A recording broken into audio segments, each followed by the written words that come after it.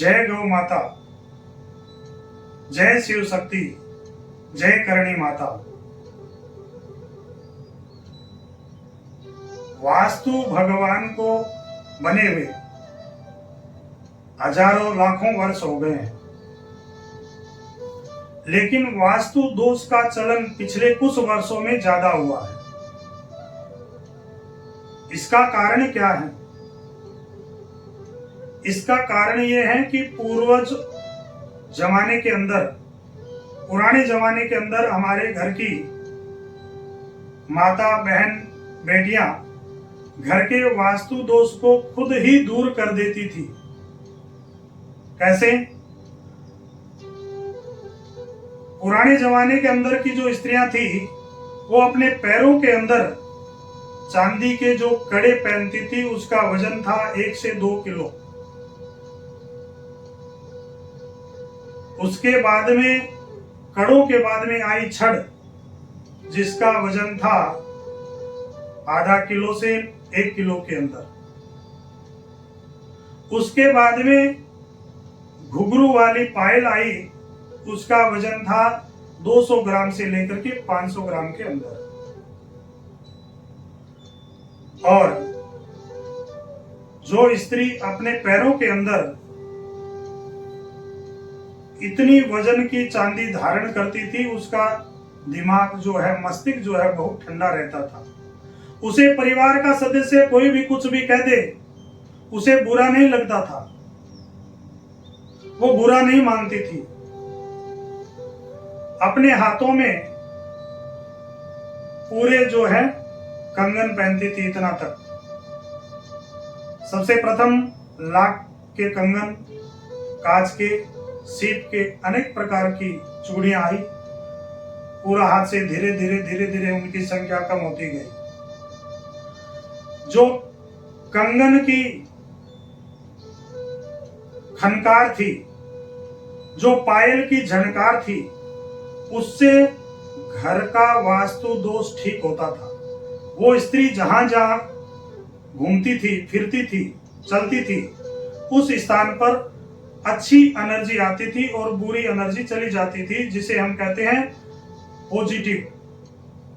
Positive energy आती और negative energy चली जाती थी। ऑटोमेटिक ही घर के वास्तु दोष को वो दूर कर देती थी।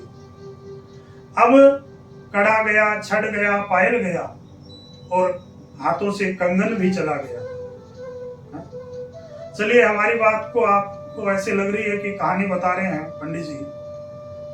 वो एक हिंदी फिल्म में गाना आया था ना, वो लड़की गाना गाती है ना, मेरे हाथों में 9 चूड़ियां। यानी उस टाइम तक जब वो गीत गाया गया, उस टाइम तक स्त्रियां 9 चूड़ियां पहनती थी हाथ में। है? आजकल सब चूड़ियों का विसर्जन हो गया, सिर्फ माताएं बहनें एक कड़ा पहनती है। और अगर घड़ी पहने तो उस कड़ा का भी विसर्जन हो जाता है। एक हाथ में एक घड़ी, दूसरे हाथ में एक कड़ा। अगर वही गाना आज गाना पड़े तो उस गाने के बोल पता है आपको कैसे होंगे? मेरे हाथों में 2 कड़ा, मेरे हाथों में 2 कड़ा, अगर पहनूं घड़ी तो वो भी छड़ा। ये सिर्फ हमारे मारवाड़ी समाज के अंदर हुआ है। और जितने भी समाज हैं, चाहे बिहारी हो, बंगाली हो, मराठी हो, गुजराती हो, पंजाबी हो, वो उन्होंने किसी ने भी अपना पहनावा, अपनी भाषा, अपने संस्कार नहीं छोड़े हैं। ये सिर्फ हमारे मारवाड़ियों ने छोड़े हैं। इसलिए ध्यान रखना, हर सुहागन स्त्री के हाथ में कम से कम 2 चूड़ी होनी चाहिए। एक तो लाल कलर की, सुहाग का प्रतीक।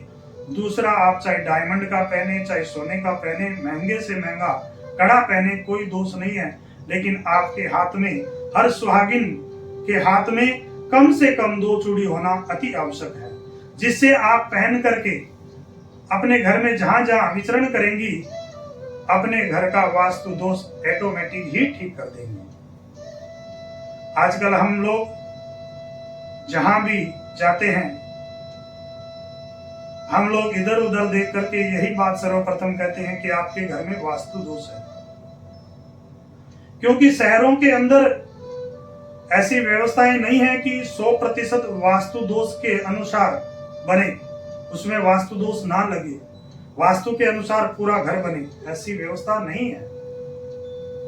तो कुछ न कुछ अगर वास्तु दोष रहता है तो उसका निवारण घर की माता बहनें अवश्य करें। पायल, जो घुंघरू वाली पायल है, वो पहन करके कम से कम 2 चूड़ी धारण करके आप अपने घर के वास्तु दोष को ठीक कर सकती हैं। जय मां करणी, जय गौ माता, जय शिव शक्ति।